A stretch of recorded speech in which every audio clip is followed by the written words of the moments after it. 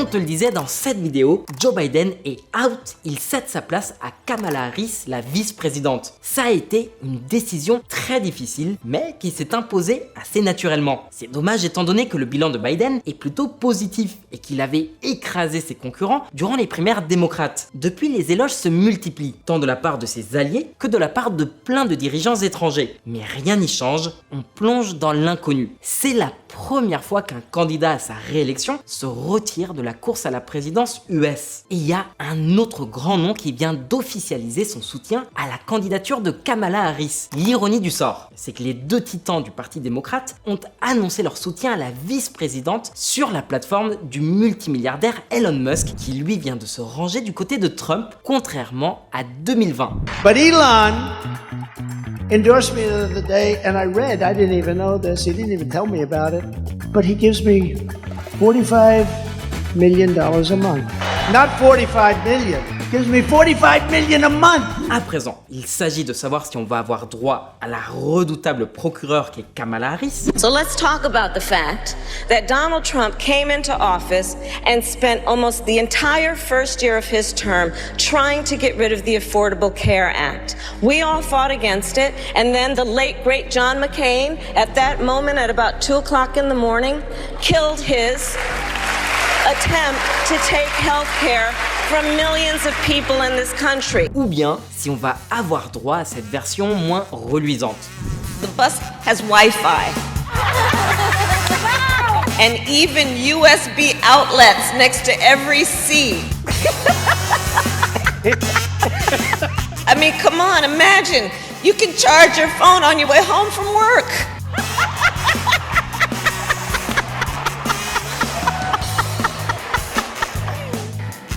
That's good stuff.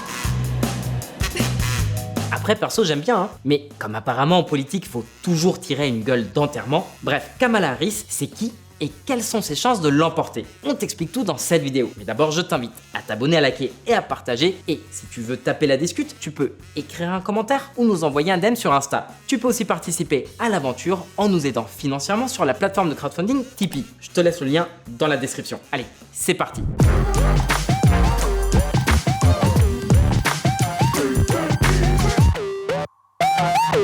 Déjà, est-ce qu'il y a vraiment une alternative à Kamala Harris?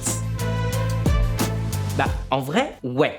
Dans pas longtemps va se tenir la Convention nationale démocrate qui se tient tous les 4 ans. Au départ, elle servait surtout à désigner le candidat démocrate. Mais en 68, ça s'est si mal passé qu'ils ont décidé de modifier les codes de la convention. Depuis, elle ne sert plus qu'à valider la candidature qui se sera dégagée des primaires démocrates. Mais il est toujours possible d'organiser une convention nationale démocrate dite contestée. En gros, les règles du Parti démocrate veulent que si sur les 4700 délégués, au moins 300 votent pour toi, alors tu peux concourir pour être désigné candidat. Dans le cadre spécifique des élections de 2024, l'organisation d'une convention dite contestée aurait inévitablement créé des tensions au sein du parti. Mais à la fin, un consensus aurait tout de même fini par se dégager autour d'un seul et unique candidat. Kamala Harris finira probablement par être désignée. Ceci dit, la tenue d'un tel processus présente plusieurs avantages. Le premier, c'est qu'il légitime le candidat. Le deuxième, c'est qu'il permet aux démocrates de dominer l'actualité médiatique le temps de cette convention. Mais bon, il y a aussi des risques. C'est pas un hasard si la dernière convention nationale démocrate contestée remonte à 68. Les tensions internes ont mené à l'effondrement du parti, ouvrant la voie au républicain Richard Nixon qui finit par s'emparer de la présidence. Qu'importe, on ne fait que supputer. La convention nationale démocrate aura bien lieu à la mi-août. Ce sera surtout un meeting électoral où seront chantées les louanges de la candidate. Alors même si Kamala Harris n'a pas encore été investie, ce n'est en réalité qu'une simple formalité. En revanche, si c'est elle qui a été choisie pour succéder à Biden, c'est surtout une question de pragmatisme. Déjà, parce que si Biden n'avait pas publiquement apporté son soutien à Harris, on ne sait pas ce qui serait arrivé aux plus de 100 millions de dollars que le ticket Biden-Harris avait permis de récolter jusqu'à présent. Peut-être qu'il aurait été nécessaire de les restituer. Un casse-tête logistique et un sacré bad buzz. Et puis, le caucus noir du Congrès a publiquement annoncé qu'en cas de retrait de la candidature de Biden, il soutiendrait automatiquement Kamala Harris. Alors pour info, un caucus, c'est une coalition parlementaire. Le caucus noir du Congrès, c'est donc une alliance d'élus de la Chambre haute et de la Chambre basse qui appartiennent à l'ethnie afro-américaine. Or, aux États-Unis, le vote noir est crucial. Il peut faire basculer une élection. Mais doit bien y avoir d'autres raisons derrière le choix de Kamala Harris comme candidat du Parti démocrate, non? En fait, on va poser la question autrement. Est-ce que Kamala Harris est la candidate la mieux placée pour battre Donald Trump? Bon, pour l'heure, les sondages donnent toujours l'avantage à Trump, tant à l'échelle nationale que dans les swing states, les États pivots. Bon, clairement, Kamala Harris va avoir du pain sur la planche si elle espère rattraper Trump. Les électeurs cherchent une nouvelle figure. Ceux qui sont plus étroitement liés à l'administration actuelle obtiennent des résultats relativement pires que ceux des autres candidats testés. Pourtant, il n'y a pas si longtemps que ça, Trump semblait lui aussi penser que Kamala serait une meilleure candidate. Oh, amazing. That old broken down pile of crap, and that means we have Kamala. I think she's going to be better. She's so bad. She's so pathetic. He has some bad moments. Her moments are almost as bad as his. I think his are worse, actually. He speaks in rhyme. It's weird. It's weird. The bus will go here and then the bus will go there because that's what buses do. It's weird. Mais bon, que valent vraiment les opinions de l'ex-président? Concentrons-nous plutôt sur le bilan de la vice-présidente. Déjà, on doit reconnaître qu'elle a été discrète, ce qui n'entache en rien ses réalisations. Surtout qu'aux États-Unis, la fonction de vice-présidente est un peu dénuée d'intérêt. C'est surtout un titre honorifique pour celui ou celle qui est considéré comme le plus à même de succéder au candidat à la présidence. Et en plus, la candidature de Kamala Harris est encore plus déstabilisante parce qu'on ignore ce qu'elle pense réellement des dossiers les plus sensibles que l'administration Biden gère actuellement. Et puis, il y a un autre détail qui compte plus qu'on ne veut bien l'admettre, elle est une femme. Or, les États-Unis sont encore très conservateurs. Beaucoup pensent qu'une femme ne devrait pas être à la tête du pays le plus puissant au monde. À part ça, elle n'a pas non plus une très bonne réputation. Déjà, le turnover dans son cabinet est très intense. Les équipes se renouvellent sans cesse. À peine arrivé que certains repartent déjà, un peu comme le cabinet d'Elizabeth Borne quand elle était première ministre. Pas un environnement sain. Le cabinet de Kamala Harris regorge de dissidence. Et pourtant, une bonne étoile semble sourire à la candidate démocrate. En plus du retrait de Biden en sa faveur, il se trouve que la Cour suprême pro-républicaine a annulé l'arrêt Roe vs Wade qui garantissait le droit à l'avortement pour toutes. Au-delà du caractère régressif de cette décision de justice, ça a permis à Kamala Harris de gagner en notoriété. Bah oui, face à ce qu'elle considère comme une menace pour les droits des femmes, la vice-présidente a sillonné le pays pour dénoncer une atteinte à la démocratie. C'est cet épisode qui lui a permis de gagner en popularité auprès de deux électorats très importants, les jeunes et les afro-américains. On pense que c'est ce très bon score qui lui a permis d'être désigné comme l'alternative la plus crédible et naturelle à Biden. Mais est-ce que Kamala Harris est vraiment la mieux placée pour battre Trump? Bah, en vrai, non. On a identifié 6 noms qui pourraient bien être mieux placés. Mais pour les raisons qu'on t'a expliquées tout à l'heure, c'est Kamala Harris qui sera probablement désignée comme candidate démocrate. En revanche, il est hautement probable qu'elle choisisse parmi eux son colistier ou colistière. Or, ce choix sera très évocateur du projet politique de Kamala Harris. À noter qu'ils appartiennent pratiquement tous à l'aile modérée du Parti démocrate. Et comme pour faire écho au climat politique en France avec nos alliances bizarres, certains pensent que la meilleure stratégie pour permettre à Kamala Harris de remporter la présidentielle, c'est de faire un appel du pied aux républicains modérés qui méprisent Trump. Ça paraît improbable, mais même Aaron Sorkin, le virtuose derrière les séries de Newsroom et West Wing, a proposé que le Parti démocrate désigne le sénateur républicain Mitt Romney comme candidat. Mitt Romney gagnerait suffisamment de voix républicaines pour gagner, probablement largement. Sa nomination serait une démonstration claire et puissante que cette élection ne concerne pas les enjeux habituels des élections, mais d'empêcher un homme dérangé de prendre le pouvoir. Aaron Sorkin. Perso, je trouverais ça marrant que Kamala Harris choisisse comme colistier Mitt Romney, candidat malheureux face à Barack Obama en 2012. Mais ça n'est pas vraiment raisonnable. Mieux vaut se concentrer sur les 6 noms qui circulent au sein du Parti démocrate. Bon, commençons par les mecs. Ne serait-ce que parce qu'avec Kamala Harris, le Parti démocrate coche d'un coup son quota de femmes et de minorités ethniques. On est quasiment sûr que son colistier sera un homme blanc, cisgenre, hétéro et traditionnel. On promet rien, mais ça nous paraît être l'hypothèse la plus probable. Les voici.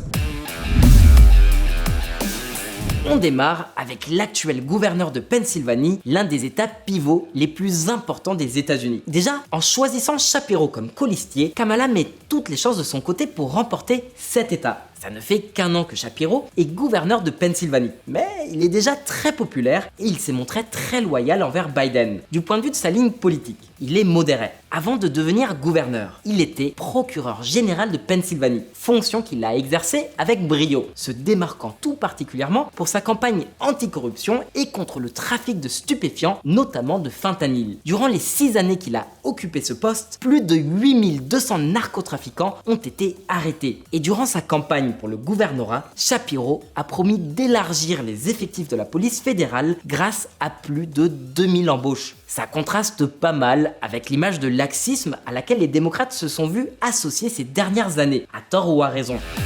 La Californie réduit de plus de 185 millions de dollars les dépenses d'application de la loi et de sécurité publique dans sa dernière proposition budgétaire. En revanche, il est aussi très modéré sur d'autres volets comme la transition énergétique. En fait, il rejette l'écologie punitive et favorise une transition douce qui ne pénalise ni les ménages ni les entreprises. C'est ce qui explique probablement sa victoire écrasante en 2022 avec pas moins de 15 points d'avance sur le candidat républicain, le binôme idéal pour Kamala Harris. Sauf que Shapiro a ses propres aspirations présidentielles et comme les sondages indiquent qu'il ferait un meilleur score que l'actuelle vice-présidente, pas sûr qu'il se contente du titre de colistier. En 2020, l'Arizona a joué un rôle clé dans l'élection de Joe Biden, un état traditionnellement républicain qui a basculé en faveur du Parti démocrate. Sauf que cette fois-ci, l'avance des républicains est si confortable que les démocrates n'arriveront jamais à les rattraper. Mais le sénateur démocrate de l'Arizona est très populaire. Il s'appelle Mark Kelly et c'est un ancien astronaute, tout comme son frère jumeau Scott. La dernière mission de Mark Kelly remonte à 2011 en tant que commandant de la navette spatiale Endeavour. D'ailleurs, vous avez probablement déjà vu son frère dans cette vidéo à bord de la station spatiale internationale et pour l'anecdote, c'est lui qui portait le costume. Bref, en plus d'avoir visité l'espace, Mark Kelly est aussi un capitaine à la retraite de la marine US qui a participé à plus de 39 opérations durant la première guerre du Golfe. Les démocrates ont besoin d'un héros. En fait, ils en ont déjà un. C'est pas mal, hein? Eh bah, c'est pas fini. En plus d'être très populaire, Mark Kelly est aussi marié à une ancienne membre du Congrès victime d'un atroce attentat. Touchée à la tête, elle a survécu, mais elle souffre de séquelles à vie qui l'ont contrainte à démissionner. Mais 6 autres personnes n'ont pas eu cette chance et ont succombé à leurs blessures. L'épisode a suscité un élan de solidarité nationale avec la famille de Gabrielle Giffords et de Mark Kelly, permettant à ce dernier de remporter le poste de sénateur de l'Arizona, un rôle historiquement associé au républicain John McCain. Et oui, le même gars qui avait intimé à son électorat de respecter son adversaire démocrate Barack Obama durant la présidentielle de 2008. Une époque révolue. He's an Arab. He is not. No? No, ma'am. No, ma'am. No, ma'am.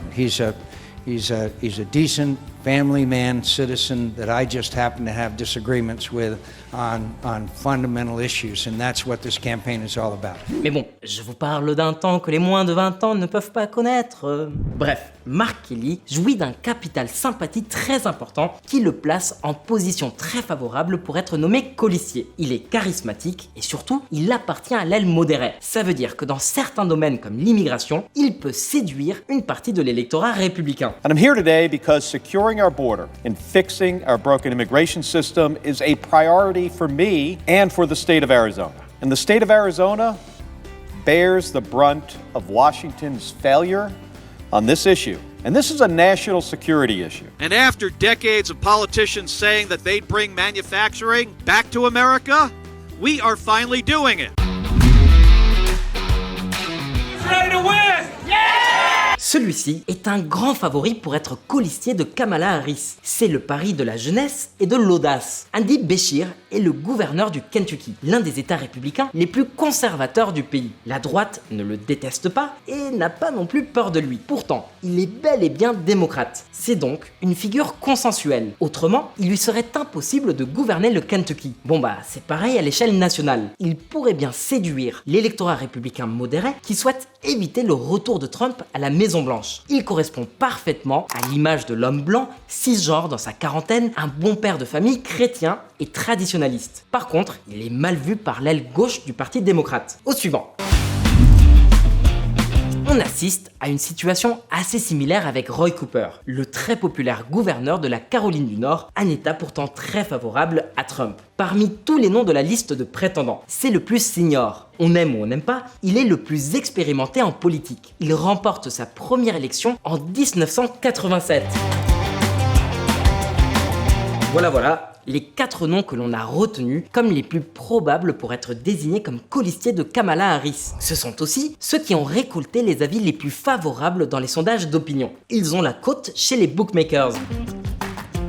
Après, il y a aussi le nom de J. Robert Pritzker qui circule, le puissant gouverneur de l'Illinois, un multimilliardaire qui a hérité de la fortune de son père, propriétaire de la chaîne hôtelière Hyatt. Mais en vrai, on pense pas que la future candidate du Parti démocrate souhaite s'associer à un multimilliardaire. Ça risque d'envoyer le mauvais signal à l'électorat. Il y avait aussi 2 femmes qui étaient jugées par beaucoup comme de meilleures candidates que Kamala Harris. Du coup, maintenant qu'on est quasiment sûr que Kamala Harris sera investie durant la Convention nationale démocrate, il est tout à fait possible qu'elle propose à l'une de ces 2 femmes d'être sa colistière. C'est peu probable, mais ça ne serait pas la première surprise que nous réserve cette campagne. Du coup, ces 2 femmes en question, qui sont-elles ?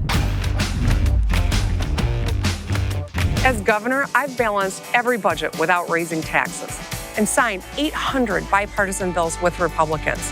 Because you don't have time for political games, and neither do I. Elle est actuellement l'une des personnalités les plus populaires de la politique US. Depuis 2019, elle est gouverneure du Michigan, un autre état pivot. Sa priorité, les infrastructures publiques, un secteur sous-investi par les autorités fédérales et dont la modernisation nécessite des centaines de milliards de dollars à l'échelle du pays. Et surtout, elle est assimilée à l'aile centriste du Parti démocrate. Rien à voir avec Bernie Sanders ou Alexandria Ocasio-Cortez. Ah, et du point de vue de sa politique étrangère, Gretchen Whitmer est aussi très vigilante concernant la montée en puissance de la Chine. These tiny chips are on everything from computers to cars. The problem is, a lot of them are made in China. So when they shut down their supply lines, that shuts down our assembly lines. That's why we got business and government working together with a huge investment in chip manufacturing. On te la fait courte, elle a déjà refusé, et néanmoins, elle reste immensément populaire. Certains sondages ont dévoilé que si elle présentait sa candidature, l'affaire serait pliée en moins de 2. D'après un sondage Ipsos début juillet, même sans campagne électorale, elle devançait Trump de plus de 11 points. 55% de l'électorat, tous bords confondus, ont une opinion positive de Michelle Obama, loin devant Kamala Harris. Ce qui est encore plus étonnant, c'est que parmi tous les candidats qu'on vous a présentés, Michelle Obama est probablement la plus à gauche de tous. Mais bon, si jamais la campagne de Kamala Harris patine, elle pourra toujours tenter de sortir la carte Obama. En tout cas, ça risque de chauffer. Les républicains vont redoubler d'efforts pour s'en prendre à Kamala Harris. Ils ont besoin de mobiliser leurs troupes. Et plus important encore, de mobiliser l'électorat indécis. Des études ont démontré que les indécis ont tendance à être plus réceptifs au discours républicain et à voter pour eux dans l'isoloir. En tout cas, entre la tentative d'assassinat sur Trump et l'abandon de Biden, cette campagne a des allures de Game of Thrones. Et les coups viendront aussi du côté démocrate. He's tearing us apart. She'll bring us together. This is Trump. And in every possible way, this is the anti-Trump. Voilà, affaire pliée. Compte sur nous pour te tenir informé de la campagne présidentielle US. Maintenant, à toi, à ton avis, qui aurait été là ou le meilleur candidat démocrate pour battre Trump? Et quid du colistier idéal? On espère que cette vidéo t'a plu. Si c'est le cas, abonne-toi, like et partage. Et à très bientôt.